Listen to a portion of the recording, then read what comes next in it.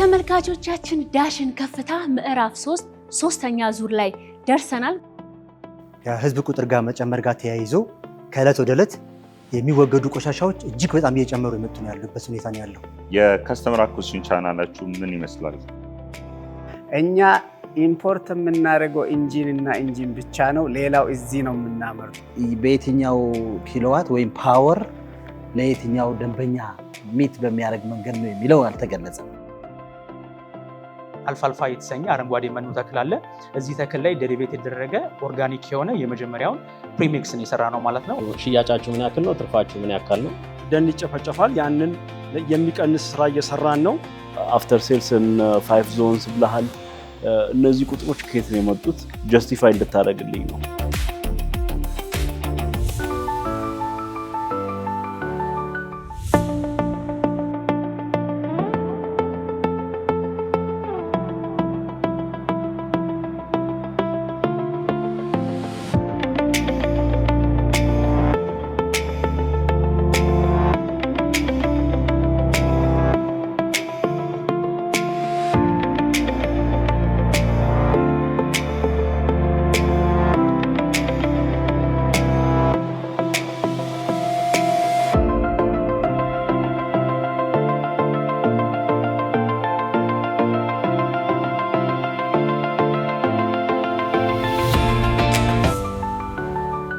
ተመልካቾቻችን ዳሽን ከፍታ ምዕራፍ 3 ሶስተኛ ዙር ላይ ደርሰናል። ባለፈው ሳምንት እንዳያችሁት ከ51 ተወዳዳሪዎች ምርጥ 20 መርጠን ነበር።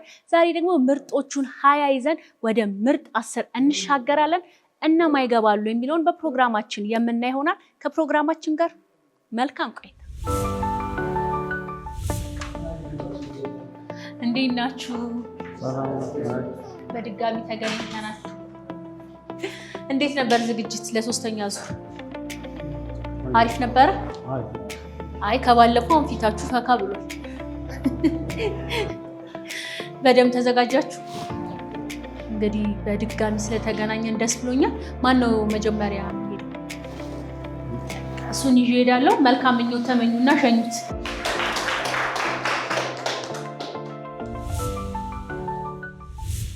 አማረ ፈንታው እባላለሁ።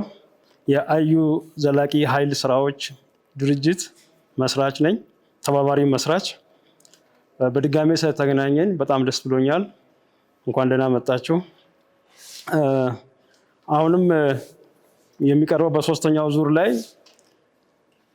በዘላቂነት እያጋጠመን ያለውን የኃይል ችግር መፍታት የምንችልበት አቅም የለንም ወይ?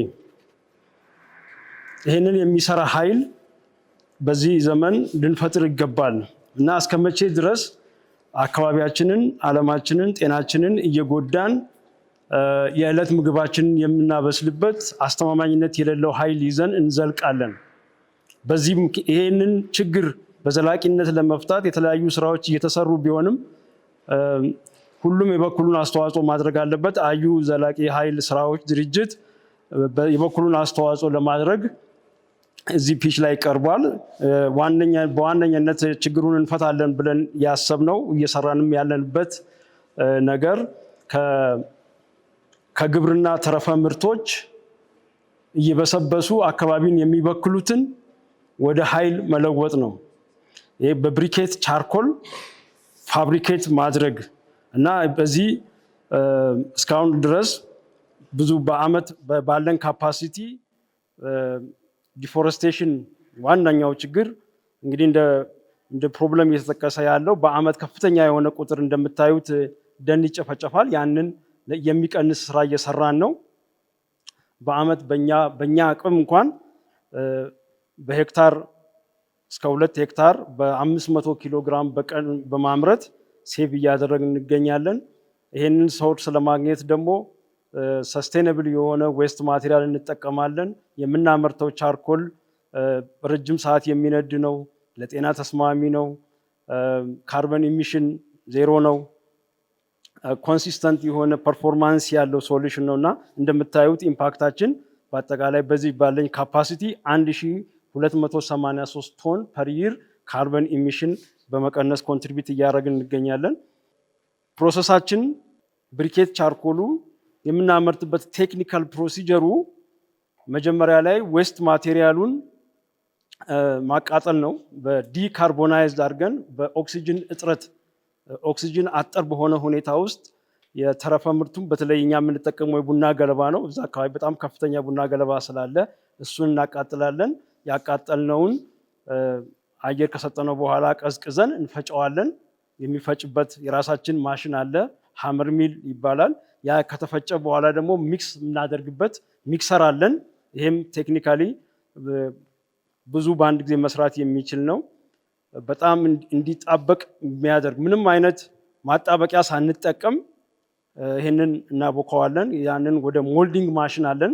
2 ሞልዲንግ ማሽኖች አሉን። አሁን እየሰራን ያለነው በቀን 500 ኪሎ ግራም የምንሰራበት ሲሆን አሁን ደግሞ ከፍተኛ አቅም ያለው ከቻይና ያስመጣነው አለ። ወደ ስራ አላስገባንም። እሱን በሰዓት 500 ኪሎ ግራም ሞልድ ማድረግ የሚችል ነው። እሱ ከዛ ሞልድ ከወጣ በኋላ እናሰጣዋለን።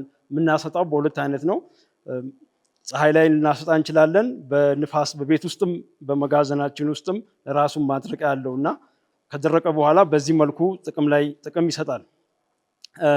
በዋናነት የቢዝነስ ሞዴላችን ገንዘብ የምናገኘው ይሄ ካምፓኒ የሶሻል ኢንተርፕራይዝ ነው። በጣም ምርት በመጨመር ሽያጭ ማብዛት ነው የምንጠቀመው እና በመሸጥ ነው ገንዘብ የምናገኘው በአሁኑ ሰዓት። ሁለተኛ ኮንሰልተንሲ ሰርቪስ እንሰጣለን። በተለይ የሎካል ሪቴለርስ ሾፕ ይሄ ትራዲሽናል ቻርኮል የሚሸጡት ሰዎች ጋር እነሱ ጋር ፓርትነርሺፕ በማድረግ እናቀርብላቸዋለን። ከዛ ሽያጭ ከግለሰቦች እና ከካፍቴሪያ ሰዎችም እንሸጣለን። ኮንሰልተንሲ ሰርቪስ እናደርጋለን። እስካሁን ድረስ ድርጅታችን ለጂአይዜድ እና ለፒኤችኢ የፖፑሌሽን ሄልዝ ኢንቫይሮንመንት ለሚባል ድርጅት ኮንሰልተንሲ እንሰጣለን። በደቡብ እና በጋምቤላ ክልል እነዚህ አይነት ሰስቴናብል ኢነርጂ ጉዳዮች ላይ እንሰራለን። 1 ኪሎ ግራም የኛ ቻርኮል 10 ብር ነው የምንሸጠው። በዚህ መልኩ ነው እስካሁን ድረስ በጣም ትራክሽን ላይ እነዚህ ነገሮች በደንብ ይደናል። በተለይ አሁን ፕላናችን 4500 ኪሎ ግራም ፐር ዴይ ፕሮዲውስ ለማድረግ እቅዳለን። ይህ ማሽናችን 500 ኪሎ ግራም ፐር ሃወር ፕሮዲውስ ያደርጋል። ይሄንን ወደ ስራ ካስገባን ይሄ ፋይናንሻል ስቴትመንት አለን። ፕሮዳክሽን ኮስት 3 ብር በኪሎ ነው። ሴሊንግ 10 ብር ነው። ፕሮፊት ማርጂናችን ግሮስ 7% ነው። ታርጌት አቬይለብል ይሄ የ20 ሺውን ቤተሰብ ሳውዝ ዌስት ላይ በዚህ ማሽን ከቨር ልናደርግ እንችላለን። መንዝሊ ፕሮዳክሽን ካፓሲቲያችን 117,000 ኪሎ ግራም ልናመርት እንችላለን። ይሄንን በአኑዋል ስንሸጠው 14 ሚሊዮን 400,000 ብር በአመት መስራት እንችላለን። አመሰግናለሁ። ስፔሻሊ በስቴክ ሆልደር ወይንም በኒች ማርኬት የትኞቹ ናቸው አሁን ኢሚዲየትሊ እናንተ ማስፋት የምትፈልጉት ገበያችሁ ላይ? ማለት ይሄ አድሬሰብል ማርኬታችሁ የትኛው ነው?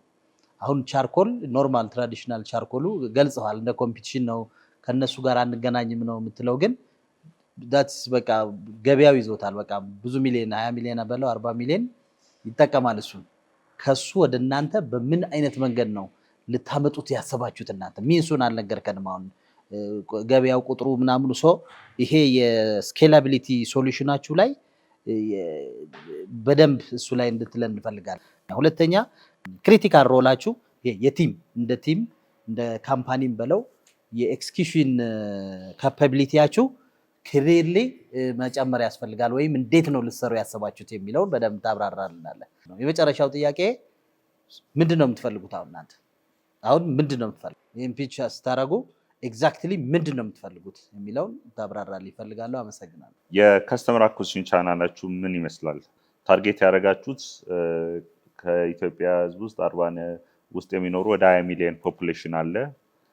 ወደ 20 ሺህ አሶልድ እናዳርሳለን እያላችሁ ነው። ይህን ምርት አምርታችሁ ከስተመሩ ጋር ተደራሽነት የሚሆነው ኮስት ኢፌክቲቭ በሆነ መልኩ ከስተመር አኩዚሽን ቻናላችሁ ምን ይመስላል የሚለው ላይ ማብራሪያ እንድሰጠን እጠብቃለሁ። አዩ ኢነርጂን በቀጣይ 3 ዓመት ውስጥ ምን ደረጃ ላይ ለመድረስ ነው ያሰበው? ግሮዝ ስትራቴጂያችሁ ምን ይመስላል የሚለውን ኢንዲቴል ብታስረዳን ፈልጋለሁ። ያቀረባችሁት ፕሮዳክት በጣም ችግር ፈቺ ነው። እሱ ላይ ምንም ጥያቄ የለም።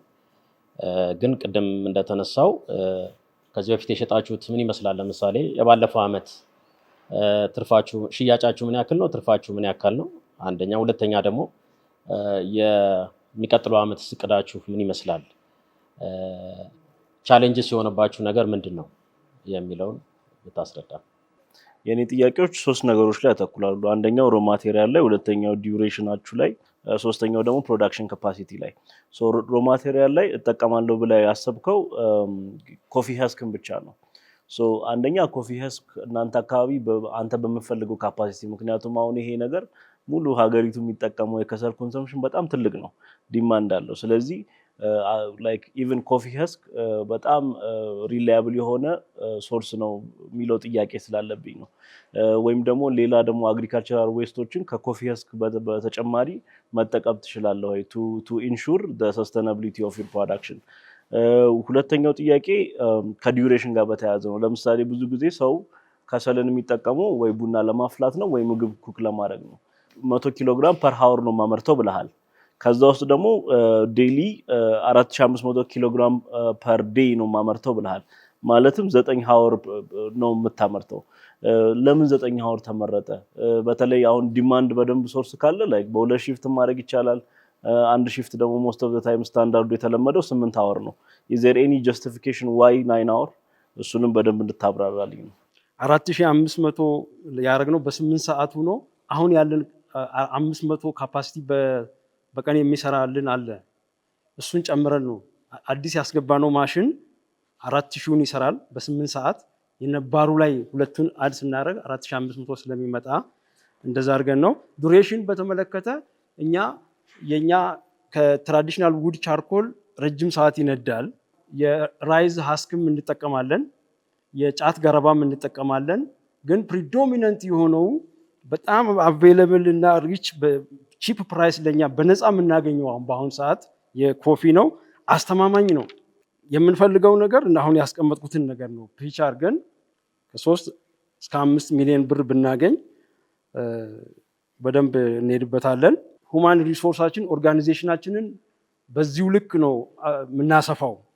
የምርት ፕሮሰሱ መጀመሪያ ከብዙ ቡና አምራቾች ስላሉ ቀረብ ያሉትን እኛ አሁን ከ4 ጋር ፓርትነርሺፕ ቆሻሻውን ስለምንወስድላቸው በጣም በነፃ ነው የሚሰጡን። የራሳቸውንም ሰራተኛ እንጠቀማለን። በጣም ፖዚቲቭ የሆነ ሪሌሽንሺፕ አለን። የመጣውን ቆሻሻ ቡና ገለባውን እናደርቀዋለን፣ መድረቅ አለበት። ከዛ ሌላ ነገር እንዳይገባ ይለቀምና ወደ ማቃጠያ ነው የሚገባው። ማቃጠያው አንድ ማቃጠያ 1000 ኪሎ ግራም ይይዛል። በአንድ ጊዜ 10 ኩንታል ይይዛል። የማቃጠል ሂደቱ 1 ቀን ነው የሚፈጀው። ከዛ መቀዝቀዝ አለበት። ከቀዘቀዘ በኋላ መሬት ላይ ነው የሚሰጠው ማለት በእንደዚህ ሲሚንቶ ላይ ወይም ምንጣፍ ላይ ይሰጣል። ከዛ ከቀዘቀዘ ወደ ወፍጮ ነው የሚሄደው። ሀመር ሚል የሚባል ወፍጮ አለ። በጣም ፈጣን ነው፣ ብዙ ይፈጫል። አንዱ ብቻ በጣም ብዙ ይፈጫል። ሌላ አያስፈልግም፣ ፋስት ነው። ያንን ባዮቻሩ ከተፈጨ በኋላ ነው እንግዲህ ወደ ማብኪያ ደግሞ ሚክሰር አለን። ሚክሰሩ የዱቄት የባዮቻሩ ዱቄትና የውሃ ሬሾም ተሰርቶለታል። በጣም እንዳይቀጥንም በጣም ድርቅ ብሎም እንዳያያዝ እንዳያደርግም ሬሾ አውጥተዋል። ኢንጂነሮቹ አውጥተውታል። በዛ ሚክስ የሚያደርጉ በዛ የሰለጠኑ ልጆች አሉ። ሌላ ምንም ነገር ኬሚካልም ባይንደርም አንጠቀምም። አብኩተነው ብቻ ቀጥታ ወደ ሞልዲንግ ማሽናችን እንወስዳለን። ሞልዲንግ ማሽናችን የሚያወጣው ከሰል የትራዲሽናሉን የሚመስል ነው። አይታችሁት ከሆነ ስቲክ ታይፕ ነው። ኢንድ ፖይንት አለው። ለማቀጣጠል ቀላል ነው። ያ ሳይኮሎጂካሊ ሰዎቹም የትራዲሽናሉ የሚመስላቸው ፊት ፎር ኦል ስቶቭስ ነው። ሃውስ ሆልድ ውስጥ ላለው ለሁሉም አይነት ስቶቭም እንዲሆን አድርገን እየሰራንበት ነው ያለው። እሺ፣ በድጋሚ ወደ ዳሽን ከፍታ ስለመጣ እናመሰግናለን። መልካም እድል። አመሰግናለሁ።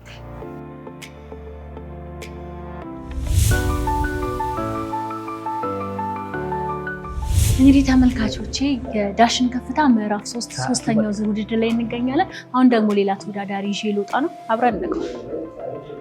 እንዴት ናችሁ? እንዴት ነው ልባችሁ? ተዘጋጅተን አሁን ደግሞ ሁለተኛውን ተወዳዳሪ ይዤ ልሄድ መጥቻለሁ። አብረን እንሂድ። መልካም እድል ብላችሁ ሸኙ። ቡሻ ትግሬ እባላለሁ። የቦሬ ትራክተር ፋውንደር እና ጀነራል ማናጀር ነኝ። ይህን ፎቶ እናውራ። እዚህ ፎቶ ላይ አባት አለን፣ እናት አለን ከነ ልጇ አዝላ እና ነገሮቹን ሁሉ በጣም ኮምፕሌክስ ውስጥ የገቡ ግራ የተጋቡ ያላቸውን ያጡና ዝናብ ሲዘንብ ደግሞ የማረስ ሚሊዮነሮች የሚሆኑ የኢትዮጵያ አርሶ አደሮች እንደዚህ ክላይማክስ ባይሆንም በሸክም የጎበጠች እናት በውሃ ለመቅዳት እንጨት ለመልቀም ለመሸከም ትምህርት ቤት ሚስ ያደረገች ይትና በጣም ሰፈር ያደረጉ እንዳለ ወንድምና ሚሊዮነሮች የሚሆኑ ነው ያለ ነው በኢትዮጵያ ስሞል ሆልደሮች። እንደ ቦሬ ትራክተርና ካርቶች ለዚህ ፐርፔንዲኩላር ቀጥታ ሶሉሽን የሚሆን መፍትሄ የሚሆን ነው ይዘን የመጣ ነው ፕሮዳክት አድርገን ማለት ነው። ይሄ ምንድን ነው? ትራክተሮች አሉ። እንደዚህ አይነት ነገሮች በበሬ ማረስ በጣም ጉዳት ነው። ኢኮኖሚካሊም ትራክተሮቹን ሶሉሽን አድርጎ ይሄ ትራክተር ደግሞ ለገበሬም ለእርሻም ለመሬቱም በጣም አፕሮፕሪየት የሆነ ኢኖቬቲቭ የሆነ የሶሻል ኢኮኖሚክ ኤንድ ሞራል ኦፍ አወር ሶሳይቲ አወር ፋርመርስ የሚቀርፍ ስለሆነ በጣም ኢኖቬቲቭ ነው ማለት ነው። ስለዚህ ኢኖቬቲቭ ነው። ሶሉሽኑም ይሄ ነው። ቦሬ ካርት የቦሬ ካርት ምንድን ነው? እስከ 6 እና 6 ኪሎ ግራም ሎድ ማድረግ ይችላል። ለገበሬ በጣም ጥሩ ጠቃሚ ይሆናል ማለት ነው። ስለዚህ ኢኖቬት የሚያደርገው ለዚህ ሁሉ ሶሉሽን ለዚህ ሁሉ ችግር ሶሉሽን ቀጥተኛ ስለሚሆን ነው። ሌላው የቦሬ ትራክተር ካምፓኒ ገቢ ምንድን ነው ካል ቀጥታ ትራክተሮቹና ካርቶቹን በመሸጠት ነው። ሌላኛው ደግሞ ሰርቪስ በመስጠት ሜንቴናንስ በማድረግ ዲስትሪቡት በማድረግ ያገኛል ማለት ነው ገቢውን።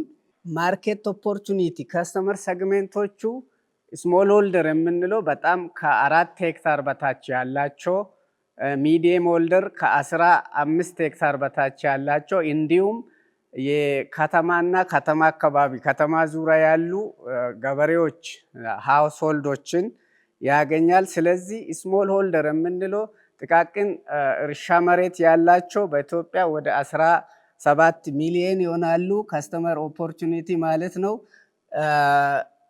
ሚዲየም የምንለው በጣም ከ15 በታች ከ4 ሄክታር በላይ ያሉ ደግሞ 5.7 ሚሊዮን ይሆናሉ። 1.2 ሚሊዮን ደግሞ አርባንና ከተማ ዙሪያ ያሉ ሃውስሆልደሮች ናቸው። እንዲሁም ኮኦፕሬቲቭ እና ዩኒዮኖች አሉ። ስለዚህ ይሄ የከስተመር ኦፖርቹኒታችን በጣም ሃይ ነው ማለት ነው። አቬለብል ማርኬቱ ወደ 100 ቢሊዮን ብር በላይ ይሆናል ማለት ነው። ከስተመር ሳይዙን ስናይ ቶታል ሰርቪሰብል ማርኬቱ ደግሞ ወደ 18 ቢሊዮን ብር በላይ ይሆናል። ቶታል ኦፕተብል ማርኬቱ ደግሞ 1.8 ቢሊዮን ብር በላይ ይሆናል ማለት ነው።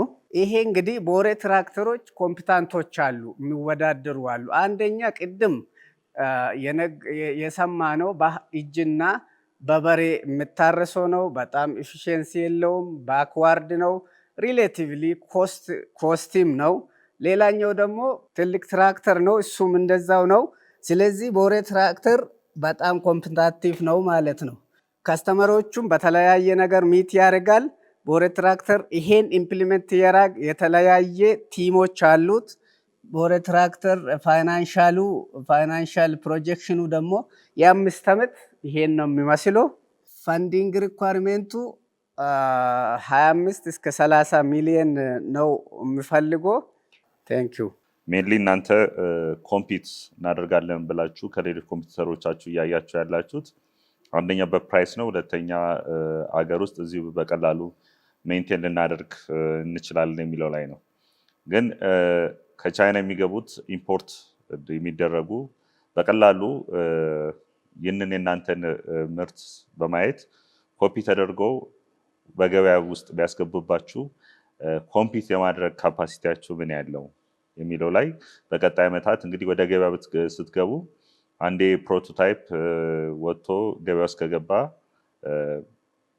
ኮፒ ተደርጎ ዱፕሊኬት ተደርጎ ወደ ገበያ ውስጥ ሊገባባችሁ ይችላል።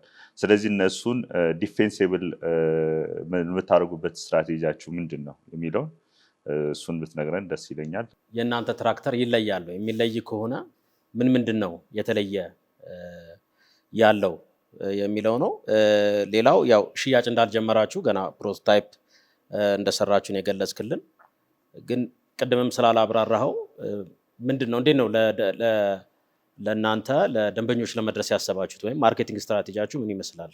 ፉል ፋክተሪ ሴታፕ 2026 ብለሃል፣ ማለትም ኔክስት ይር ማለት ነው። ከዛ በኋላ 1000 ዩኒት ብለሃል። አፍተር ሴልስን 5 ዞንስ ብለሃል። እነዚህ ቁጥሮች ከየት ነው የመጡት? ጀስቲፋይ እንድታደርግልኝ ነው። እስካሁንስ ምን ነበራችሁ? ከዛ በኋላ within 1 year period 5 ዞኖች ላይ ከዛ 1000 ዩኒት ለማምረት ሰፕላይ ቼን አላችሁ ወይ? is there anything in place ይሄን ነምበር ቫሊዴት ማድረግ የሚችልልኝ ነገር? እሱን አንድ። ሁለተኛ ደግሞ ፕሮዳክታችሁ ላይ ቅድም መጀመሪያ ስታሳየን ፕሮብለም ብለን ስታሳየን ማረሻ ላይክ እያረሱ ነበር አይደል? አንድ ቤተሰቦች እናት ልጇን አዝላ እያረሱ ነው። ግን ደግሞ ሶሉሽን ላይ ላይክ ካርት ያለውም አለ። ስለዚህ የፕሮዳክት ኢቭን ዳይቨርሲፊኬሽን ምን አይነት ትራክተር እና ምን ያህል ትራክተሮች ነው የምታመርቱት? እሱንም በደንብ ክሊር ብታደርግልን። አንዳንዴ ሚስ አላይመንት እንዳይፈጠር with the solution እና ፕሮብለሙ ላይ እሱንም ክሊር አድርግልኝ። ፕሮዳክት ስፔሲፊኬሽኑ ወይም የምታመርቱት የምትፈልጉት ምርት ኤግዛክትሊ በየትኛው ኪሎዋት ወይም ፓወር ለየትኛው ደንበኛ ሚት በሚያደርግ መንገድ ነው የሚለው አልተገለጸም።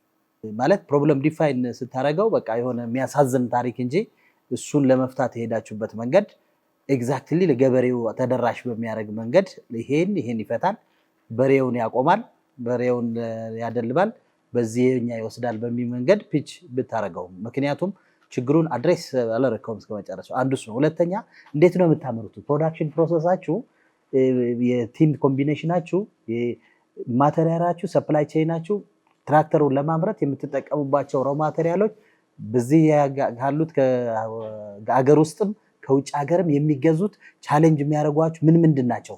ምክንያቱም ኮምፒቲቲቭ ቅድም ወንድሜ እንደጠየቀው ኤቭሪቲንግ ኮምፓክት የሆነ በሃይ ኤስቴቲካል ቫልዩ ጽድት ያለ ነገር ነው የሚመጣው ገበያ ላይ እዚህ በእናንተ ዋጋ ጭምር ኮምፒውተር ማለት እዚህ ሲመረት ይሄን በዚህ በቀላሉ እናመርታለን ይሄን እንገዛለን በሚል የምርት ማምረት አቅማችሁ በሚያሳይ መንገድ ብታስራራለን ጥሩ ነው። እንግዲህ ቦሬ ትራክተር ካምፓኒ ራሱን አሳይን አድርጎ ኢንቨስቲጌት አድርጎ ሲነሳ እንዳልኩት ዱሮ ከመጀመሪያው ከዩኒቨርሲቲ ጅማ ዩኒቨርሲቲ ነው የተማርኩ። ኮሚኒቲ ቤዝድ ኤዱኬሽን የሚባል አለ ሰርቬይ አድርጌያለሁ። ከቻይና የሚገቡትም ደግሞ መንግስት ራሱ ሲያስገባ አይቻለሁ። ፍሮም ቬሪ ቢጊኒንግ ቆይቷል ማለት ነው። ይሄ የቻይና ኮምፒት የማያደርግበት ይገባና ስፔር ፓርቲም የለም።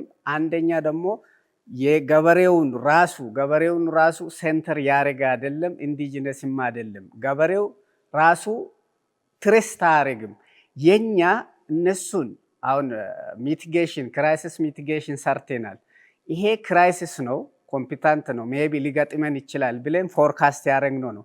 ይሄን እንዴት ነው ኦቨርካም የምናደርገው? እንደ ካምፓኒ እኛ ኢንዲጂነስ ስንለው በሞራልም በካልቸርም በትሬስትም የምንታመንበት አይነት ቫሊዩ ኖርም ክሪኤት አድርገን ነው። ቢኮዝ እኛው ከነሱ ጋር ለምሳሌ ከገበሬ ወረዳ ሄደን ማምረት እንችላለን። እዚሁ ቅድም የሰፕላይ ቼንም ጥያቄ ስላለ እኛ ኢምፖርት የምናደርገው ኢንጂን ብቻ ነው። ሌላው እዚህ ነው የምናመርተው።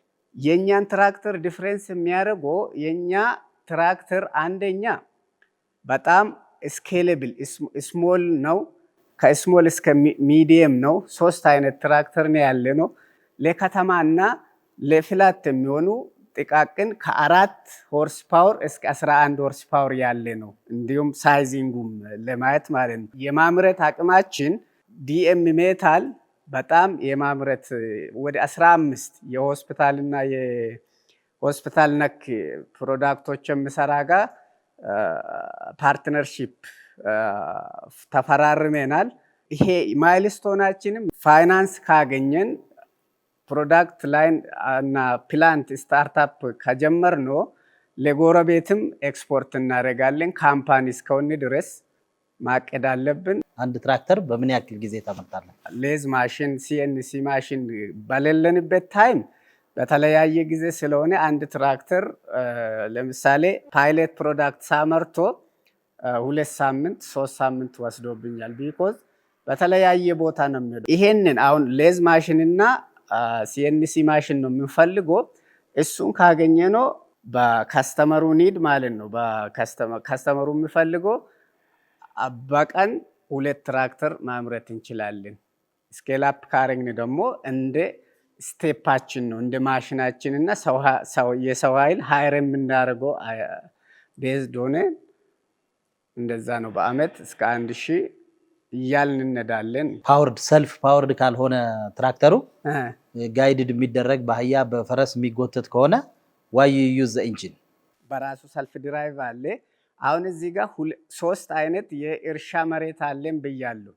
አንደኛ ለከተማ ነው። ሁለተኛ ደግሞ በጣም ለመግፋትም ትላልቅ ትራክተሮችንም ዓለም ላይ የትኛውም ዓለም ላይ ለማስገባት በእኛ ኮንቴክስት ፊዚብል ስላልሆነ ነው። ለምሳሌ አሁን አንዳንድ ቦታዎች አሉ ግን እኛ እናርሳለን። ለነሱ ነው ዊ አር ፓርት ኦፍ ሶሉሽን ተመራጭና ለሁሉም ኮንሲደር አኮሞዴት ለማድረግ ነው። ኢንጂን ግዴታ ነው። ከዴም ሜታል ጋር ያላችሁ ሪሌሽንሺፕ ምንድን ነው? አይ ሚን ፓርትነርሺፕ ሞዴላችሁ ምን አይነት ነው?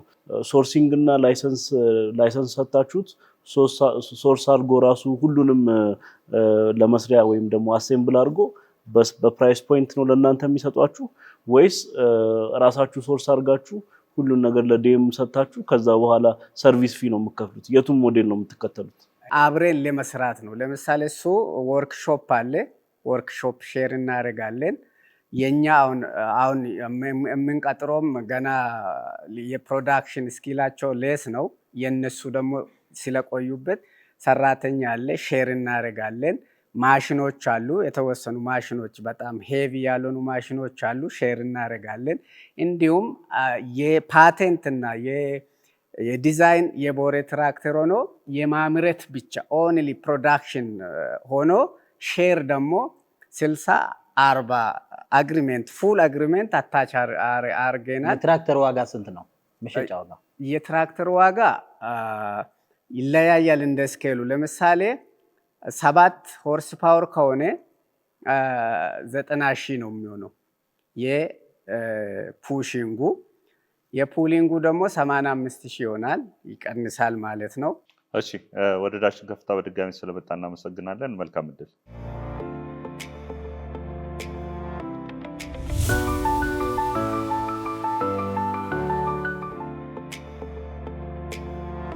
የመጣሁት ከግሪን ላይፍ ሶሊድ ሳይክሊንግ ነው። አሸናፊ አሰፋ እባላለሁ። በዋነኝነት እንደ ችግር በዋነኝነት ያነሳ ነው ምንድነው አንድ አጠቃላይ ከህዝብ ቁጥር ጋር መጨመር ጋር ተያይዞ ከዕለት ወደ ዕለት የሚወገዱ ቆሻሻዎች እጅግ በጣም እየጨመሩ የመጡ ነው ያሉበት ሁኔታ ነው ያለው። በጥናት በተረጋገጠው መሰረት እንደ አጠቃላይ 85% የሚሆነው ጥቅም ላይ የሚውሉ ቆሻሻ ነው። ከዛ ውስጥ እንደገና ደግሞ ከ60 እስከ 70% የሚሆነው ደግሞ መልሶ ጥቅም ላይ የሚውል ነው ወይም ደግሞ ለኦርጋኒክ ፈርቲላይዘር አገልግሎት የሚውል ነው። ይህንን ግን ኦርጋኒክ ፈርቲላይዘር ከማምረት አኳያ ስንመለከተው እዚህ ጋር የሚባል ስራ እየተሰራ አይደለም ያለበት ሁኔታ። እንደ አጠቃላይ ከየቤታችን በየቀኑ ቆሻሻ ይመነጫል። በጥናት በተረጋገጠው መሰረት በአማካኝ 0.4 ኪሎ ግራም ፐር ዴይ ቆሻሻ ይመነጫል ከየቤታችን። ሌላው እንደገና ደግሞ ኬሚካል ፈርቲላይዘሩን ስንመለከት አሁን በቅርብ እንኳን ስንመለከት በጣም የተበላሸ ኦርጋኒክ ፈርቲላይዘር ሁሉ የመጣበት አግባብ አለ። ይሄ ደግሞ ብንጠቀመው ደግሞ የበለጠ አፈሩን የሚጎዳበት አግባብ ነው ያለውና በወቅቱ አለመገኘት የመሳሰሉት ጋር ተያይዞ እንደ ችግር ነው። ሌላው ዲፎሬስቴሽን መኖር ነው። ዲፎሬስቴሽን መኖር ደግሞ በዋነኝነት ደን እንዲጨፈጨፍ ይረዳል። ደን መጨፍጨፉ ደግሞ የአየር ንብረት ለውጥ እንዲከሰትና በረሃማነት እንዲስፋፋ የሚያደርግበት አግባብ ነው ያለው። ስለዚህ እኛ የወሰድነው ምንድነው እንደ መፍትሄ የወሰድነው ነገር እነዚህ አይረቡም ቆሻሻ ናቸው የተባሉትን ነገሮች ወደ የሚጠቅም ነገር መቀየር ነው። የመጀመሪያው ምንድነው ኦርጋኒክ ፈርቲላይዘር ማምረት ሁለተኛው እንደገና ደግሞ ብሪኬት ከሰል ማምረት ነው። ኦርጋኒክ ፈርቲላይዘሩን ስንመለከተው በዋነኝነት ማምረታችን ጠቀሜታ ምንድነው? መሬታችን የተጎዳ ስለሆነ መሬታችንን ማገገም እንችላለን። ፈርቲሊቲ እንዲጨምር ማድረግ እንችላለን። ፈርቲሊቲው ጨመረ ማለት ደግሞ ፕሮዳክቲቪቲው ይጨምራል። በተለይ ደግሞ በሰው ልጅ ጤና ላይ ኢንኦርጋኒክ ነገር እየተጠቀምን የመጡ በሽታዎችን ማስወገድ የምንችልበት ነገር ኦርጋኒክ ነገር በመጠቀም ነው፣ ወይ መቀነስ የምንችለው ኦርጋኒክ የሆኑ ምርቶችን በመጠቀም ነው። ስለዚህ ፕሮዳክሽናችን እንዲጨምር ኦርጋኒክ ነገር መጠቀማችን ጥሩ ነው። በዋነኝነት 1 ቶን ዌስት ተጠቅመን 0.6 ቶን የሆነ ኦርጋኒክ ፈርቲላይዘር ማምረት የምንችልበት እድል ነው ያለው። አርቲፊሻል ማዳበሪያ እና ኦርጋኒክ ማዳበሪያውን ስናነጻጽረው በስታንዳርድ መሰረት የተቀመጠው ፐር ሄክታር 2.5 እስከ 5 ኩንታል መጠቀም አለበት ይላል።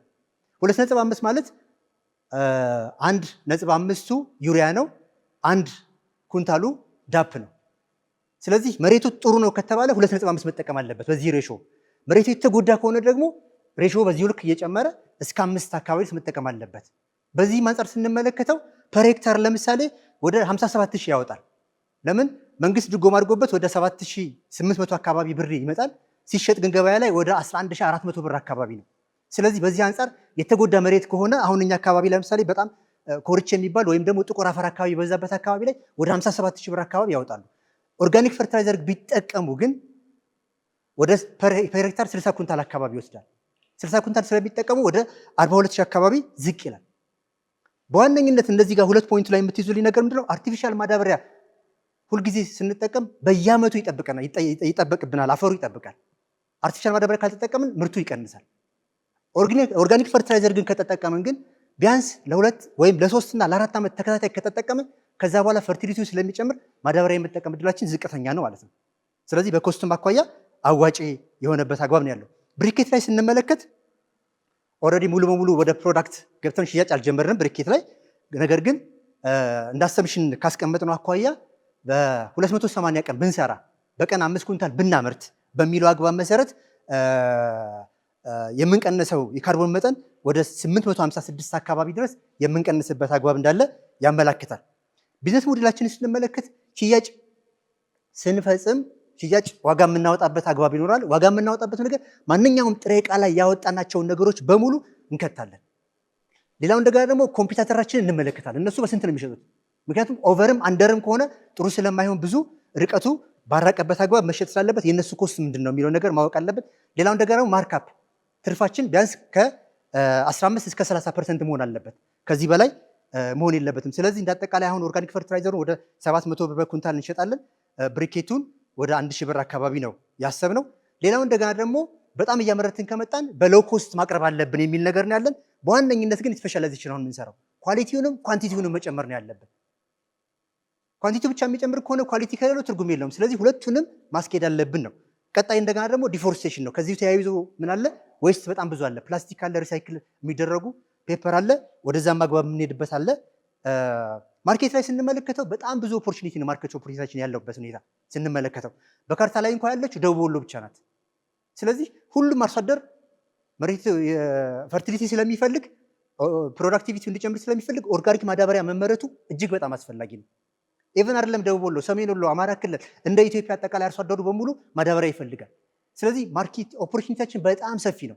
እኛ የሚጠበቅብን ኳሊቲ የሆነ በጣም ብዙ የሆነ ፕሮዳክት ማምረት ነው የሚጠበቅብን። ኳሊቲ ካለው ሰው ይወስደዋል፣ ይፈልገዋል። ስለዚህ ማርኬት ኦፖርቹኒቲ በጣም ሰፊ የሆነ አግባብ ነው ያለው። በ60 ኪሎ ሜትር እንኳን ከ60 ሺህ በላይ አርሶ አደር ያለበት አግባብ ነው ያለውና ሌላ ኮምፒውተራችን ላይ ስንመለከት በዋነኝነት ፕራይሳችንን አይተናል፣ ኳሊቲውን አይተናል፣ ዲስትሪቢዩሽን አይተናል፣ ፓኬጂንግ ማቴሪያል አይተናል።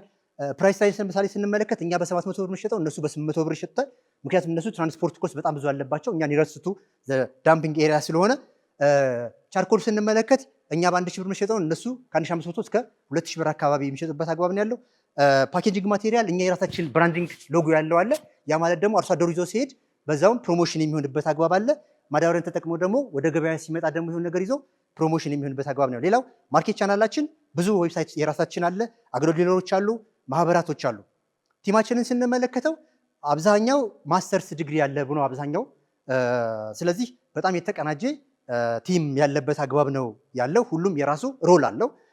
አቺቭመንታችን ስንመለከተው በዋነኝነት ያው ከስተመሩ ከጊዜ ወደ ጊዜ የጨመረበት አግባብ ነው ያለው።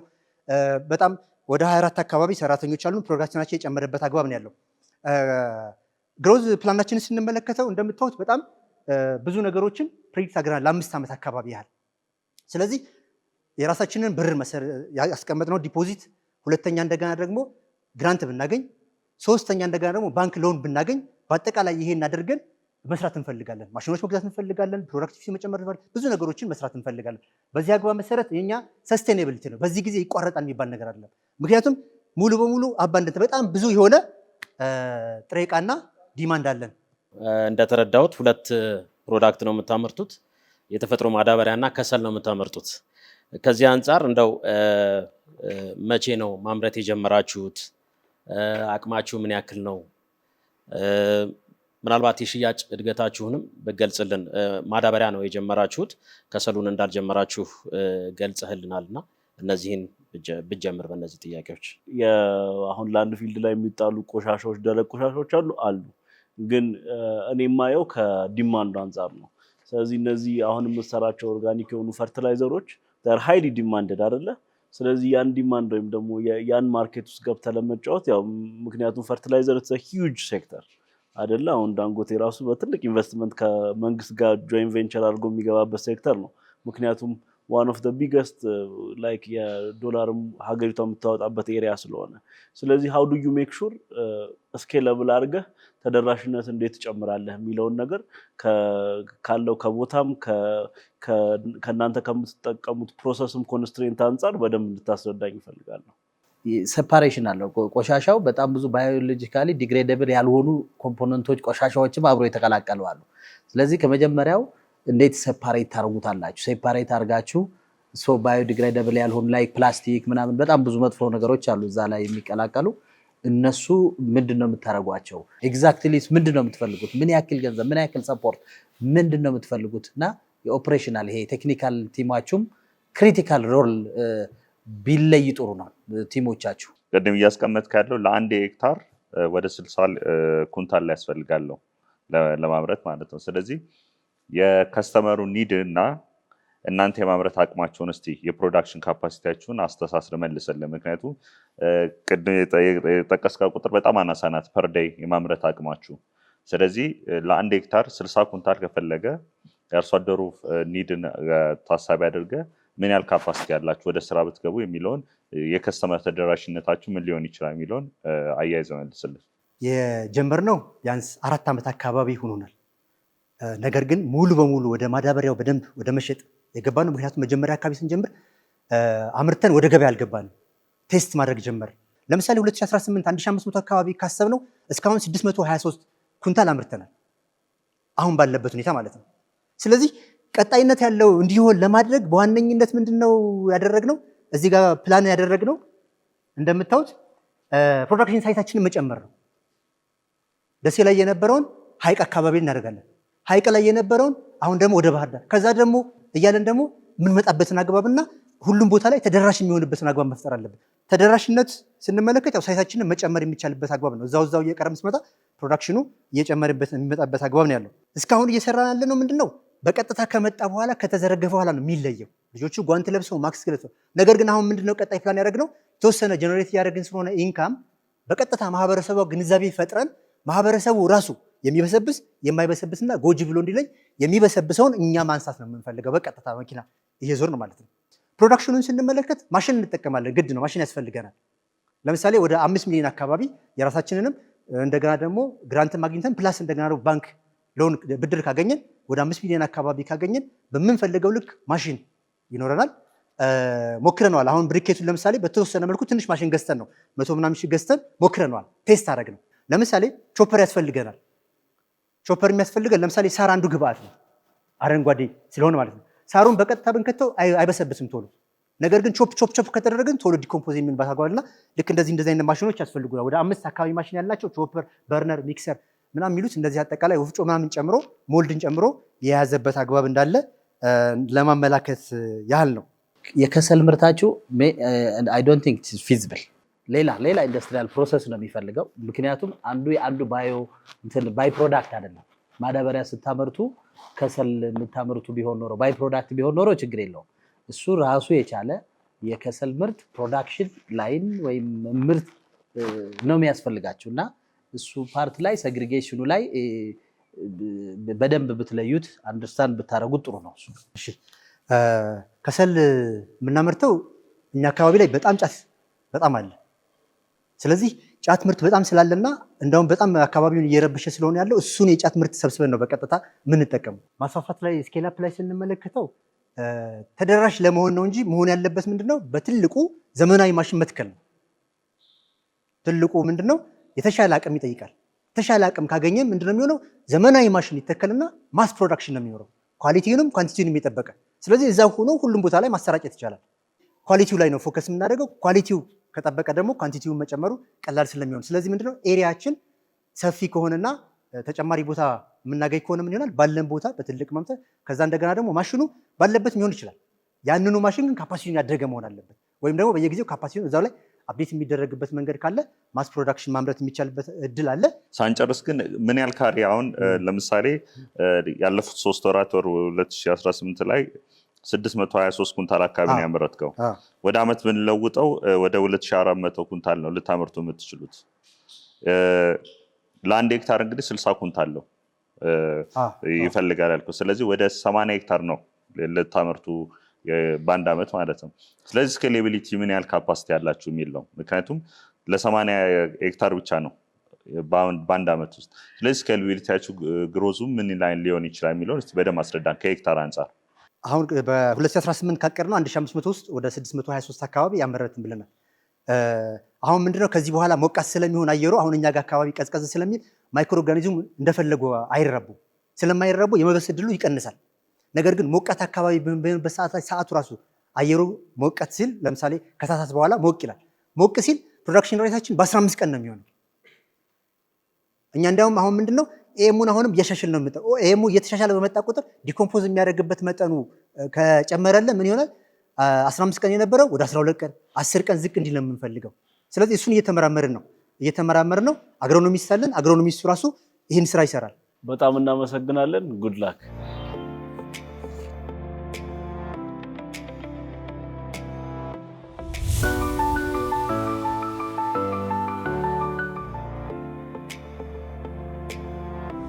አመሰግናለሁ። ስሜ እስክንድር ብርሃኑ ይባላል። የመጣሁት ከሐዋሳ ነው። ከዳይቦሽ የእንስሳት መኖ ማምረቻ ማህበር ጉማሌ ፕሪሚየም አልፋልፋ የተሰኘ አልፋልፋ ላይ ቤዝ ያደረገ ኢኖቬቲቭ ፕሮዳክት ነው ዛሬ ይዤላችሁ የመጣሁት። ወደ ችግሩ ስንመጣ ኢትዮጵያ ውስጥ ያሉ ዶሮ አርቢዎች ከረንትሊ ከገበያ እየወጡ ይገኛሉ። በምን ምክንያት? በጣም እየጨመረ በመጣው የመኖ ዋጋ ምክንያት ማለት ነው። ውጭ ያለው የመኖ ዋጋ ሲወድባቸው ኦልተርናቲቭ ሶሉሽን በራሳቸው በቤታቸው መኖን እንዲያመርቱ ማስቻለው። በራሳቸው በቤታቸው ደግሞ መኖን እንዳያመርቱ ለመኖነት የሚያስፈልጉት ግብዓቶች በቆሎ፣ ፍሩሽካ፣ ፍሩሽኬሎ ሌሎችም ሎካሊ አቬለብል መሆን ይችላሉ። ነገር ግን ክሩሻል ምንላት ፕሪሚክስ ምንላት ኢንግሪዲየንት ኢዚሊ አቬለብል አይደለችም፣ ምክንያቱም ከውጭ ስለምትገኝ ማለት ነው። በዚህ ችግር ምክንያት ዶሮ አርቢዎች በቤታቸው መኖን ማምረት አልቻሉ። እንደ ሶሉሽን ደግሞ እኛም ይዘን መተናል። አልፋልፋ የተሰኘ አረንጓዴ መኖ ተክል አለ።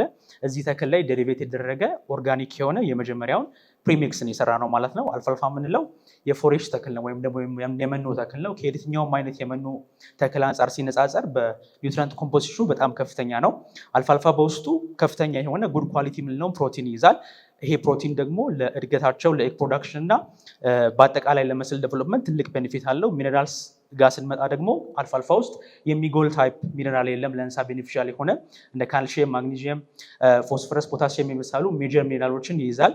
አስቤላስ ደግሞ ትሬስ ሚነራልስ ደግሞ የምንላቸውን እንደነ ዚንክ፣ አይረን፣ ኮፐር ሰፊሽንትሊ ይይዛል። ለዛ ጥቅም አለው ማለት ነው። ስፔሻሊ ደግሞ ቫይታሚን ጋር ስንመጣ እነ ቫይታሚን ኤ፣ ቢ፣ ዲ እና ኢን ሰፊሽንትሊ ይይዛል። እነዚህ ቫይታሚኖች ከሰው ልጅ አልፎ ለእንስሳትም በጣም ጥሩ ጥቅም አላቸው። አንደኛ የበሽታ መከላከል አቅማቸውን ከመጨመር አንጻር፣ ሁለተኛ ደግሞ የአጥንት ጤንነት ቦን ሄልዝ፣ ፕላስ ደግሞ ዶሮዎች እንዳይነካከሱ እንደ ካልሚንግ ሰፕሊመንትም ጥቅም ይሰጣሉ ማለት ነው። ወራስ ፋይበር ጋር ስንመጣ አልፋልፋ አረንጓዴ ተክል በመሆኑ ዶሮዎችን በምንመግበት ጊዜ ሄልዚ የሆነ ዳይጀሽን ወይም ደግሞ የምግብ አፈጫጨት ሂደት በዶሮዎች ላይ እንዲኖር በማድረግ ትልቅ ጥቅም አለው። ላስት በት ናት ሊስት ካሮቲኖይድስ የምንላቸው ፒግመንቶች አሉ። እንግዲህ የውጭ ሀገር ብሪዶች እንደነ ሎማንስ ብራውን፣ ቦቫንስ ብራውን የሚባሉ የዶሮ ዝርያዎች ነጭ አስኳል ያለው እንቁላል ነው የሚጥሉት። ይሄ ደግሞ ማርኬታቢሊቲ ላይ ትልቅ ችግር አለው። ሲንቴቲክ ፕሮዳክት ሳንመግብ አልፋልፋን ብቻ በመገብ ቢጫ አስኳል ያለው እንቁላል ማግኘት እንችላለን ማለት ነው። ይሄም አዲሽናል ቤኔፊቱ ነው። ወደኛ ፕሮዳክት ኢኖቬቲቭነስ ስትመጣ የኛ ፕሮዳክት አልፋልፋ ሊፍ ሚል ወይም አልፋልፋ ፓውደርን እስከ 83.3% እንደ ሜን ኢንግሪዲየንት ይዛል ማለት ነው። ከዛ በመቀጠል በኢንተርናሽናል ስታንዳርድ መሰረት አንድ ፕሪሚክስ መያዝ አለበት የሚባለው ኢንግሪዲየንቶችን ሁሉ አሟልተናል። ለምሳሌ እንደ ላይሲን እና ሚቲዮኒን አዲሽናል አሚኖ አሲድ ወይም ፕሮቲንን ሰፕላይ ስለሚያደርጉልን እንጨምርባቸዋለን። ዳይካልሲየም ፎስፌት እንደ ፎስፈረስን በጣም ክሪቲካል ነው። ላይምስቶንን እንደ ዳይሬክት ሶርስ ኦፍ ካልሲየም፣ ሳልት እንደ አዮዲን ሶርስ እና እንደ ሶዲየም ሶርስ እናስገባበታለን ማለት ነው። እነዚህን ኢንግሪዲየንቶች በመጨመራችን ፕሪሚክሳችን ኳሊቲውን የጠበቀ እንዲሆን አስችለናል ማለት ነው። ወደ ሬቨኒው ጀነሬት የምናደርግበት መንገድ ስንመጣ ወደ ቢዝነስ ሞዴላችን ማለት ነው እኛ ገቢ የምናመነጨው ፕሮዳክትን በመሸጥ ነው። ይሄ ማለት አልፋ ላይ ቤዝ ያደረገውን ፕሪሚክስ በማምረት ከዛም በመቀጠል ደግሞ ኦልሬዲ እንስሳት የሚያመርት ኢኒሼቲቭ ስለሆነ እኛ ድርጅት ኮንሰንትሬት ፊድንም ራሱ ከኛ መኖ በማምረት ገቢ እናገኛለን ማለት ነው። ፕራይሲንጋችን ቲሪንግ ነው ወይም ደግሞ የጨመረ የሚመጣ ፕራይሲንግ ነው ያለን። በፓኬጂንግ ደረጃ አቬለብል ለማድረግ ለገበሬው ከ50 ግራም ጀምሮ ነው ፕሮዳክታችን የምናቀርበው። ይሄም ደግሞ አንድ ትልቅ ቤኔፊት ነው። ኮስት ስትራክቸር ጋር ስትመጣ አጠቃላይ የሚያስፈልገን እስከ 6.2 አካባቢ ነው። ምክንያቱም ኦፕሬት ማድረግ የምንፈልግበት ወደ 10 ሄክታር የሚጠቃ መሬት ስለሆነ ማለት ነው። ሬቨኒው ጀነሬት የምናደርገው በ1 ሄክታር ከፕሪሚክስ ማምረት ብቻ እስከ 210 ሺህ ብር ድረስ የሚደርስ ኔት ፕሮፊት እናገኛለን። 30% ፕሮፊት ማርጂን አለን። በ10 ሄክታር ደግሞ ኦፕሬት ማድረግ ስለምንፈልግ ከፕሪሚክስ ሴልስ ብቻ እስከ 2.1 ሚሊዮን ብር በአመት ሬቨኒው ጀነሬት እናደርጋለን ማለት ነው። ወደኛ ኮምፒውተሮች ስንመጣ የኛ ኮምፒውተሮች ቤዚካሊ ሴንቴቲክ የሆነውን ፕሪሚክስ ኢምፖርት የሚያደርጉ ድርጅቶች ናቸው። ቤላጅ ፕሪሚክስ የሚባል አለ ከረንትሊ ገበያ ላይ፣ ሌላ ደግሞ አዲስ ፕሪሚክስ የሚባል አለ። ኦልሬዲ ሴንቴቲኩን ስለሚያመጡት የኛ ኮምፒቲቲቭ አድቫንቴጅ አንደኛ ነገር ከሼልፍ ላይፍ አንጻር ፉሊ ኦርጋኒክ ስለሆነ እስከ 6 ወር የመቆየት ባህሪ ያለው የኛ ፕሪሚክስ። የነሱ ግን አንደኛ በበልክ ነው የሚመጣው፣ ሁለተኛ ነገር ደግሞ በጣም ሴንሲቲቭ ስለሆነ ፕሮቲኑ ውስጥ ያለው ዲኔቸር ያደርጋል። ኢሚዲየትሊ ፓኩ ከተፈታ በኋላ ጥቅም ላይ ካልዋልነው አስቸጋሪ ነው የሚሆነው። ይሄ አንደኛ ኮምፒቲቲቭ አድቫንቴጅ ነው። ከስተመር አኩዊዚሽን ቻናላችን ከስተመሮቻችን ጋር የምትደርሰው በፊዚካል ሾፖቻችን ነው። ከረንትሊ የራሳችን የመኖ መሸጫ ሱቆች ስላሉን በዚህ ሱቆች ውስጥ ሪቴል የማድረግ ፍላጎት አለን። ሶሻል ሚዲያ ፕሮሞሽኖችንም ሌሎች ነገሮችንም እናካትታለን ማለት ነው። ቲማችን ከ4 ፋውንዲንግ ሜምበሮች ነው የተዋቀረው። 4ቱም ፋውንዲንግ ሜምበሮቻችን ከሐዋሳ ዩኒቨርሲቲ ግብርና ኮሌጅ እና ከዋናው ግቢ በግብርና እና ሪሌት ከሚያደርጉ ፊልዶች ግራጁዌት ያደረግነን ኦልሞስት ለ4 ዓመት የሚያክል ከመኖና መኖ ተጓዳኝ የሆኑ ኢንጌጅመንቶች ላይ ኤክስፐሪመንትን በማድረግ በመስራትም ቆይተናል ማለት ነው። ትራክሽን ጋር ስንመጣ እስካሁን ባለን ትራያል ፖዚቲቭ የሆነ ፊድባክ አግኝተናል ከኛ ፕሮዳክት ተጠቃሚዎች ማለት ነው። ከሐዋሳ ዩኒቨርሲቲ ጋር ፓርትነርሺፕ አለን። ትራያል ለመስራትና ቴክኒካል ኤክስፐርቲዛቸውን ለመጠቀም ፓርትነርሺፕ አለን። አዲሽናሊ ደግሞ በዓለም ምግብ ድርጅት ወይም በኤፍኤኦ ሪኮግናይዝድ ሆነናል ዋን ኦፍ ዘ ቤስት ፊድ ቤዝድ ኢኖቬሽንስ በሚባል ማለት ነው።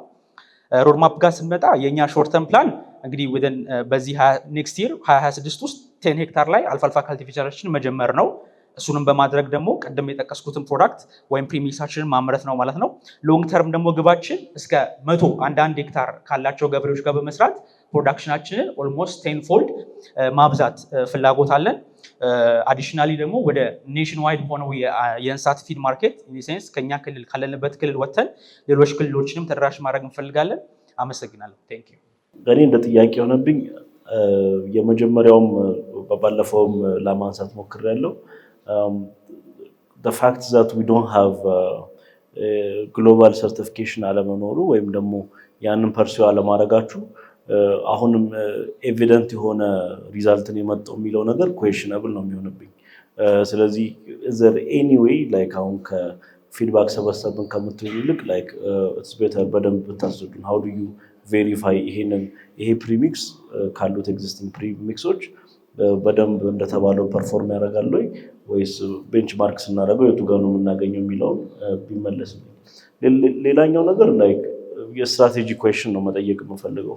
እንዳየሁት ከሆነ you guys are pursuing vertical integration. There is premix, then there is feed and there is retailing. ስለዚህ ሶስቱንም ነገሮች አንድ ላይ ነው ማድረግ የምፈልጉት እና why do you want to do that? ምክንያቱም by default even ፊዱን ማምረት ራሱን የቻለ ትልቅ ራስ ምታት የሆነ ነገር ነው። ማለትም እኛ ሀገር ላይ አለማም ራሱ ጄቪ ነው አይደለ አርጎ ላይክ ፊድን እያቀረበ ያለው። ስለዚህ ከምን ሴንስ ነው ላይክ ቨርቲካል ኢንተግሬሽን የመጣው? ወይም ደግሞ አሁን ስሞል ስኬል ስለሆናችሁ ያንንም ይሄንንም እየሞከራችሁ ስለሆነ ነው ወይስ in the coming 5-6 years የቱ ላይ ነው ስፔሻላይዝ የምታደርጉት? I want to really understand this. አልፋ በተፈጥሮ ወይም ከ10 ምናምን ዓመት በፊት ጀምሮ በተሰፊው ቢተከልና ዳይሬክት ፍሬሽ ፉድ ሜይንሊ ለአኒማሎች ለሌሎች ከፖሊትሪ ውጪ ነው በብዛት አፕሊኬሽኑ። እሱን ያው ከሱ ውስጥ ደግሞ ፕሪሚክሱን ሰርታችሁ ወደ ፕሉትሪ ስታመጡ ፓርት ኦፍ ዋን ኢኖቬሽን ፓርት አይዲያ ሆኖ አሁን ፕሮዳክሽን ስኪላችሁ ፕሮዳክሽን ሚንሳችሁ አልፋ ፕሪሚክሱን ብቻ ማምረት የሚል ለምን አታተኩሩም ነው። አሁን ለምሳሌ እርሻው በሄክታር ደረጃ ራሳችሁ ትዘሩታላችሁ ማለት እርሻ ያስፈልጋችኋል። ለምን በሰፕላይ ቼይን ብዙ አልፋ የሚተክሉ ግብርና እንትኖች አሉ። በጣም ታውቋል። ያው አልፋ ሁሉም ቦታ አኒማል መኖ ስለሆነ በድርቅ ሲሆንም ደርቆ በድርቆሽም ስለሚቀር አልፋ በርካታ አምራች አለ። እናንተ ቫልዩ አዲሽኑ ላይ ለምን አታተኩሩ?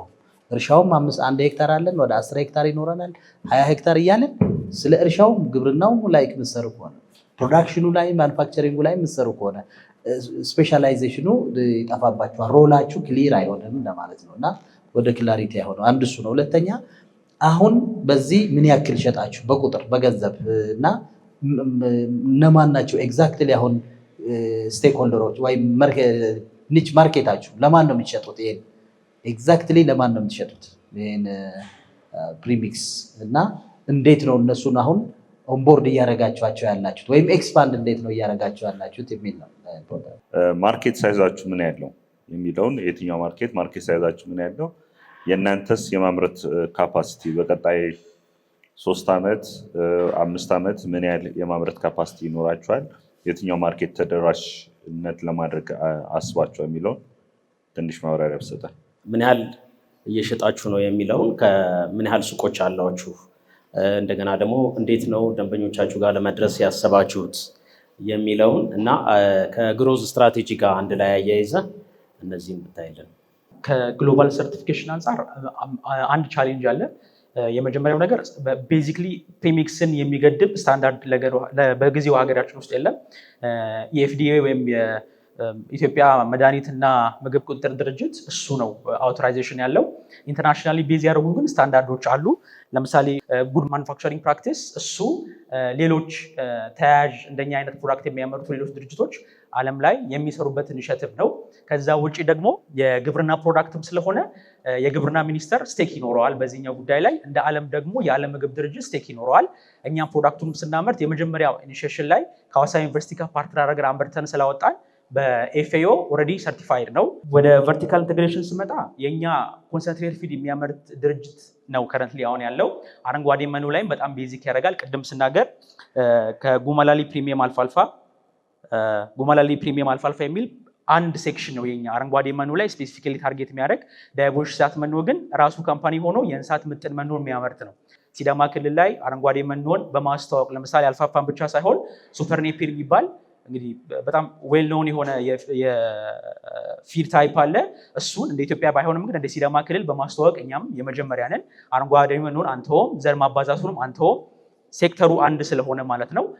ኮንሰንትሬት ፊድ ማምረት ግን ጀስት ፉል ማኑፋክቸሪንግ ነው። አሁንም ከረንትሊ ያለንበት ኢኒሼቲቭ ነው። ከፕሮዳክት አንጻር ጉማላሊ ፕሪሚየም አልፋልፋ ከሌሎች አልፋልፋ ፕሮዳክቶች በምን ስፔሲፊክ የሆነ የእኛ የምንለይበት በዚህ ነው ብትለን ባጭሩ? ምንለይበት ዘር ማቅረብ ፕላስ ደግሞ ፕሪሚክስ ማምረት ነው ምንለይበት። የአልፋልፋን ዘር በማቅረብ እና ፕሪሚክሱን በማምረት ዘር አቅራቢዎች እንደ ኢትዮጵያ በጣም ውስን ያሉት፣ ማጆሪቲው ያሉት ኦሮሚያ ክልል ላይ ነው። ሲዳማ ክልል ላይ ዘር አቅራቢ የለም።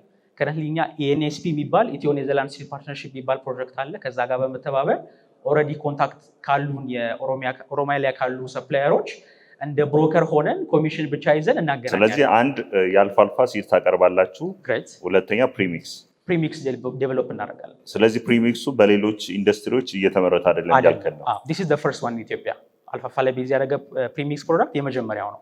ኦኬ ፋኦ ሲሰጣችሁ ይህን ሰርቲፊኬት ሲሰጣችሁ ምን አይቶ ነው በምን መመዘኛ ነው ሰርቲፋይድ ያደረጋችሁ የሚለውን አብራራ።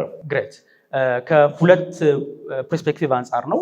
አንደኛ በኒውትረንት ሪች መሆኑና ቺፕ በሆነ መልኩ ትልቅ ሁለት ፕሮብለሞችን ሶልቭ ያደርጋል። የመጀመሪያው የሂድን ሃንገር የምንለው ፌኖሜና ነው። ሂድን ሃንገር የምንለው ፌኖሜና ምንድን ነው? ከረንትሊ በተደረገ አሰስመንት እኛም ኢንቮልቭ ባደረግንበት አሰስመንት ማርኬት ላይ ያሉት እንቁላሎች በኢንተርናሽናል ስታንዳርድ መሰረት በእንቁላል ውስጥ መገኘት ያለባቸው ንጥረ ነገሮች ላክ አድርገው ተገኝተዋል። ይሄ ማለት ምንድን ነው? አንድ ግለሰብ እነዚህን እንቁላሎች ከገበያ ገዝቶ ሲመገብ የፎልስ ፊሊንግ ኦፍ ፉልነስ ወይም ደግሞ የውሸት የሆነ የጥጋብ ስሜት ይሰማዋል እንጂ ከእንቁላሉ ማግኘት ያለበትን ንጥረ ነገር አያገኝም። ይሄ ፌኖሜና ምን ይባላል? ሂድን ሃንገር ወይም ደግሞ የማይታየው ረሃብ ይባላል ማለት ነው። ሶ በእኛ ፕሪሚክስ ፕሮዳክት አክመን የምናስጥላቸው እንቁላሎች ለምሳሌ እኛ ፕሪሚክስ ውስጥ ያሉት ኒውትረንቶች ኦልሬዲ እንዳሉ ኢትስ ፕሩቭን ከኛ ፕሪሚክስ ወደ ዶሮዋ ትራንስሌት ወይም ትራንስክራይብ ያደርጋል። ከዶሮዋ ደግሞ ወደ እንቁላሉ ትራንስሌት ስለሚያደርግ በኒውትረንት ሪች መሆኑ ፕሩቭን ነው። አንዱ ሶልቭ የምናደርገው ትልቅ ፕሮብለም የሂድን ሃንገር ነው። ሁለተኛ ደግሞ ከፉድ ሴኩሪቲ አንጻር በእኛ ፕሪሚክስ ፕሮዳክት ታክሞ የሚጣልን እንቁላል አንድ ልጅ ያው ስታንቲንግ እንደ በጣም ሜጀር ፕሮብለም ስለሆነ ኢትዮጵያ ውስጥ ማለት ነው ኦልሞስት ከ41 በመቶ የሚደርሱ ከ5 ዓመት በታች ያሉ ህጻናት የመቀንጨር ፕሮብለም አለባቸው ወይም ስተንትር ናቸው። ከዛ ውስጥ ደግሞ ሲቪርሊ ስተንትር 21 በመቶ ናቸው። ሶ አንድ ልጅ አንድን እንቁላል ኮንሱም ማድረግ ቢችል በእኛ ፕሪሚክስ ታክመው የሚጣል ማለት ነው የስተንቲንግን ፕሮብለም ሲግኒፊካንትሊ አሎቬት እናደርጋለን። ሶ የኛ ፕሮዳክት እንደ ኢመርጀንሲ ድራውት ሪስፖንስ ወይም ደግሞ ለድርቅ ሲከሰት ምናምን ከፉድ ማኑፋክቸሪንግ ጋር ደግሞ እንደ ፉድ ፕሮሰሲንግ ግብዓት መዋል ስለሚችል ትልቅ ቤኔፊት አለው ማለት ነው። ፕሪሚክስ ማምረት ተወሰነ ሃይ ሌቨል ኢንዱስትሪያል ስኬል ይፈልጋል ወይም ኢንዱስትሪያል ፕሮሰስ እና ስታንዳርዶች ይፈልጋል። ፕሪሚክስ በላብ ሌቨል ኒውትሪየንቶቹ መኖራቸውን ምናምን አረጋግጣችሁ ይሆናል። ኮመርሻላይዝም አላረጋችሁትም፣ ግን ወደ ኮመርሻል ስትገባ ወደ ስኬል ስትገባ ስታንዳርድ ይፈልጋል፣ ኢንዱስትሪያል ስታንዳርድ። እሱ ላይ ለምን አትሰሩ? ለምን እሱ ላይ ምንድን ነው እያደረጋችሁ ያላችሁት? ፕሪሚክሱ አንደኛ ኮንሲስተንት የሆነ ለምሳሌ አንዱን ባች አምርተህ የሰጠህን ቅድም አለ ፓኬጅ፣ ሁለተኛው ባች ስታመርት፣ ሶስተኛው ባች በተለያየ ባች ስታመርት ኮንሲስተንት የሆነ ኳሊቲ አንድ አይነት ኳሊቲ እና እንትን ሊኖረው ይገባል። ኖት ኦንሊ በኬጂ በኪሎግራም ብቻ አንድ አይነት ማድረግ ሳይሆን ኢንግሪዲየንቱ እሱ ደግሞ የምትጠብቀው በኢንዱስትሪያል ስታንዳርድ ስኬል ሲመረትና የኳሊቲ ቼክ አፕ ሁሉም ፕሮሰሶች ሲኖሩ ነው። እና እሷ ላይ ለምንድን ነው ማታተኩሩት ለማለት ነው። እሺ ግሬት ቴንክ ዩ አመሰግናለሁ። ኢንዱስትሪያል ስታንዳርድን በጣም ሜንቴን ለማድረግ እንሞክራለን። እኛ የራሳችን የሆነ ስፔሲፊክ ፎርሙሌሽን አለ። ኦልሬዲ ኮሜርሻል ፕሪሚክስ የሚሰራበት አንድ ፕሪሚክስ ምን ግብአትን በውስጡ መያዝ አለበት የሚለው የኢንተርናሽናል ዳታ አለን። በዛ ዳታ ላይ ግን ተወስነን ሎካሊ በምናገኛቸው ኢንግሪዲየንቶች ወይም ግብአቶች ሎካሊ ይሄን ፕሮዳክት እንዴት ማምረት እንችላለን የሚለው ላይ ነበር ፎከስ አድርገን የነበረው ማለት ነው። እሺ አንዴ አሁን ለምሳሌ እኔ አንተ ጋር አብሬ ልሰራ ኢንቨስት ላደርግ ብዬ አሰብኩኝ። ኦኬ። ስለዚህ ይህ ፕሪሚክስ ውጤታማነቱን በስታንዳርዱ አሟልቶ ወደ ገበያ ቢገባ ውጤታማ ሊሆን ይችላል የሚለው ማሳመኛ ልትሰጠኝ ይገባል። ስለዚህ ያ ማሳመኛ ምንድን ነው የሚለውን ባጭሩ ነገርን ካልነሳት አንጻር ኦልሬዲ ቴስት አድርገን ፕሩቭ ስላደረግነው በራሳችን ዶሮዎች ያለንም የኢንግሪዲየንት ሚክስቸር ኦልሬዲ በኢንተርናሽናል ስታንዳርድ መሰረት ፕሪሚክስ ውስጥ መኖር አለባቸው የሚባሉት ኢንግሪዲየንቶችን ላክ አላደረገም። እንግዲህ እነዛ ኢንግሪዲየንቶች በጣም ኤክስፔንሲቭ ናቸው። የእኛ ኢኖቬሽንም ላይ የሚያደርገው በጣም አፎርደብል በሆነ መልኩ ያኛውን የውጭ ያለውን ስታንዳርድ ኮምፕሮማይዝ ባላረገ መልኩ ፕሮዳክሽን መጨመር ስለሆነ እንግዲህ አብረን እንስራ ነው። ኦኬ ዳይብሽ ባዳሽን ገፍታ መጣ። መልካም እድል። አመሰግናለሁ። ተመልካቾቻችን ዳሽን ከፍታ ፕሮግራማችን ያያችሁትን ይመስል ነበረ። ምርጦቹን 20 ይዘን ወደ እናንተ ቀርበናል። እንግዲህ እንዳያችሁት ፕሮግራሙ በጣም አጓጊና ልብ አንጠልጣይ ነበር። ሳምንት ደግሞ ቀሪዎቹን ተወዳዳሪዎች ይዘን ወደ እናንተ እንቀርባለን። እስከ ሳምንት መልካም ሳምንት።